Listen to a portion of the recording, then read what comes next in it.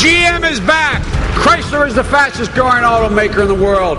And what's happened? What's Ryan's and Romney's response? Desperation. Desperation. In the last hours of this campaign, I just came from Ohio. In the last hours of this campaign, if you can believe it, they're running the most scurrilous ad in Ohio. Now, I mean this sincerely. I want you to listen. One of the most flagrantly dishonest ads I can ever remember in my political career.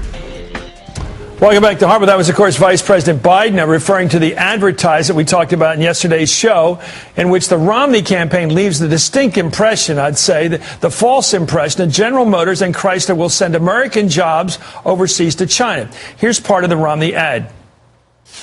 Obama took GM and Chrysler into bankruptcy and sold Chrysler to Italians who are going to build Jeeps in China. Mitt Romney will fight for every American job.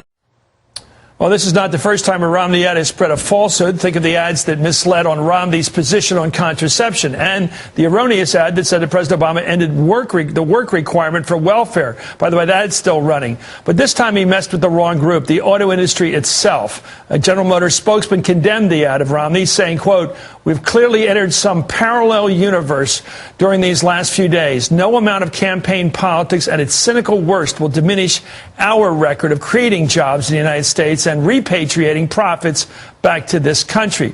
And the CEO of Chrysler sent an email to all of its employees that said, "Chrysler Group's production plans for the Jeep brand have become the focus of public debate. I feel obliged to unambiguously restate our position. Jeep production will not be moved from the United States to China. It's inaccurate to suggest anything different."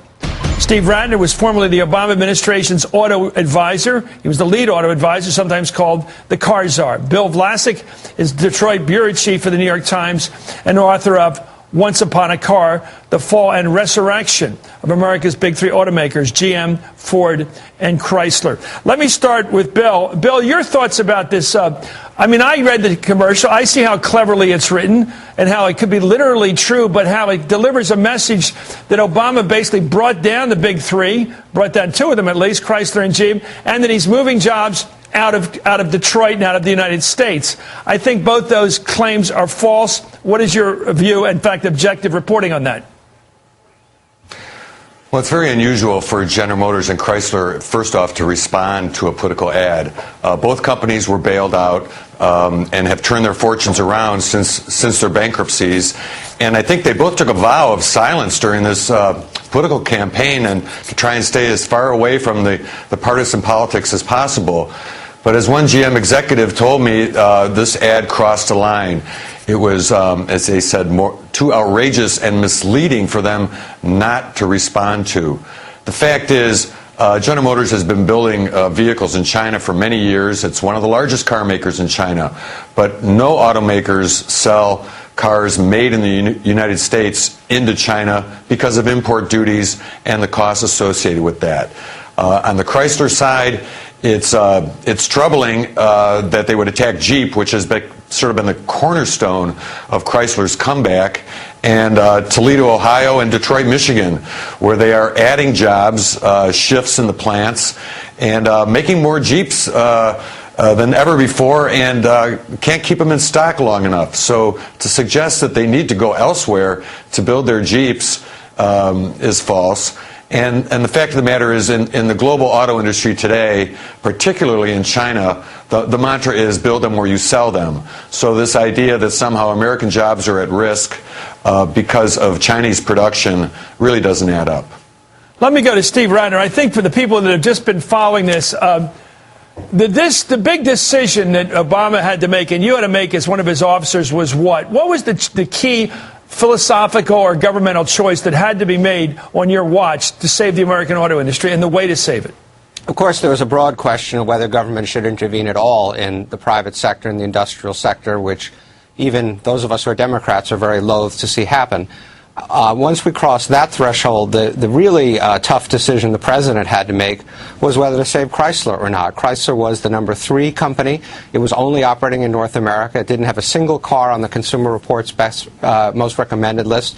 Many of the president's advisors felt that the government should not be in the business of saving losing companies, and I agreed with that view, or I sympathized with it anyway.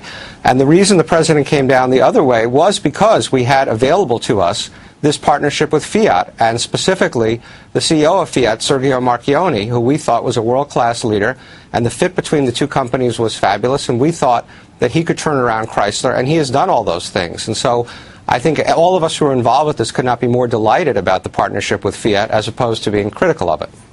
Let me ask you, Bill, as you cover the industry, explain the geography of the American Auto Production Center. It's in Detroit. How much of it, what states really are involved in it? Besides Ohio, we've heard a lot about. Where is the sort of the Leviathan, if you will, of the American auto industry? Where does it spread to? Where do we build our cars? Well, it's a national industry. The big three automakers, GM, Ford, and Chrysler, still have the bulk of their American production in the Midwest. Ohio, Michigan, some in Illinois, but it's in Kansas City, in Texas. There used to be plants in Georgia and Missouri. As we all know, the industry has shrunk quite a bit in recent years. Part of the problem with General Motors, Ford, and Chrysler is they had too many plants and too few buyers. So the industry's gone through a tremendous restructuring. But it is a national industry, and of course the Japanese automakers and the German automakers are concentrated in the southern states, Tennessee, Kentucky, Alabama. And they build their cars here to sell here, right? They build their cars here mainly, right? Every major automaker, if they're successful, tries to build as many cars as they can in the market in which they're selling them. And that's no different if it's the U.S. or Europe or China, for that matter. And China has the additional qualifications of the Chinese government requires any automaker that's making cars there to have a partner in China, and pretty much discourages imports into China by slapping large tariffs and duties on cars. Okay, so to sell Jeeps in China in any volume need to be built there.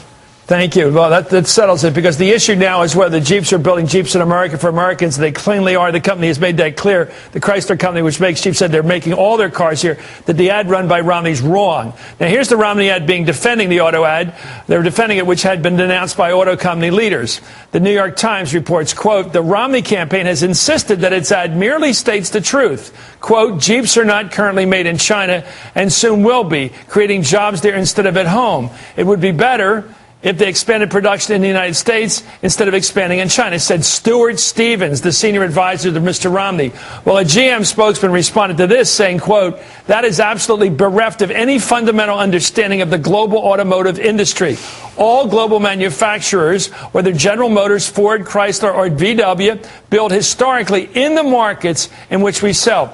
Steve Ratner, last, just to nail this down, it seems to me the reality is, beyond all the nonsense in the ads put out by Romney to get votes, are that we build Jeeps in this country for people to buy them in this country, as I've done, and we build Jeeps in China for Chinese people to buy. And that's the way it's been. It's the way it will be, according to all future plans. Yes, and I think both you and Bill and what you just read from the GM spokesman have made that very clear. Cars are being built near to where people buy them. Now, as it happens, we do actually export a reasonable number of Jeeps at the moment because it is such an iconic brand and of such demand worldwide. And what Sergio Marchionne committed was that Jeep Wranglers, that particular Jeep product, will only be made in Toledo for the foreseeable future. And any Jeep Wranglers that are bought around the world, and as I said, it is an iconic brand, will be exported from the U.S. But we do want these companies to make cars close to where their customers are. We want Chrysler to be profitable. We want General Motors to be profitable. And these are all good things, not bad things, from the standpoint of the American taxpayer and the American citizens. And I own a Wrangler. My daughter owns a Wrangler. They're great cars. Anyway, thank you very much, Bill Plastick of the New York Times, and Steve Ratner, who was the car czar.